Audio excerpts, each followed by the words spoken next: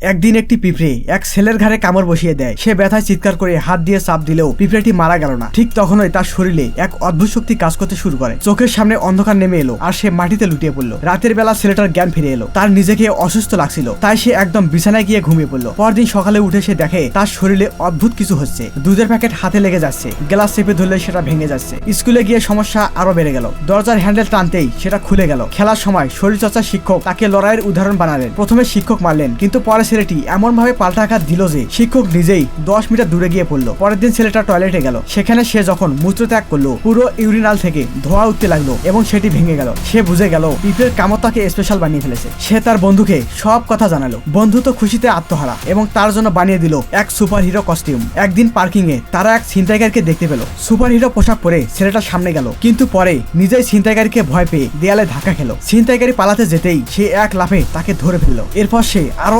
আত্মবিশ্বাসী হয়ে উঠলো। বিভিন্ন জায়গায় মানুষকে বাঁচাতে লাগলো। টিভিতে তার নাম উঠে গেল। এখন সবাই তাকে ডাকে অ্যান্ট বয় বলে। একদিন তার পছন্দের মেয়েটাকে অপহরণ করলো এক মুখোশধারী। ভিডিও পাঠিয়ে 2 কোটি টাকা চায়। ছেলেটা শুধু সেই মেয়ের গলার চেইনের গন্ধ শুকেই ঠিক করে ফেলে কোথায় নিয়ে যাওয়া হয়েছে। সে যায় এক পুরনো বিল্ডিং এ, গেটে তালা লাগানো, কিন্তু সে তার দ্বিতীয় শক্তি দিয়ে দরজা ভেঙে ফেলে। Subscribe for part 2।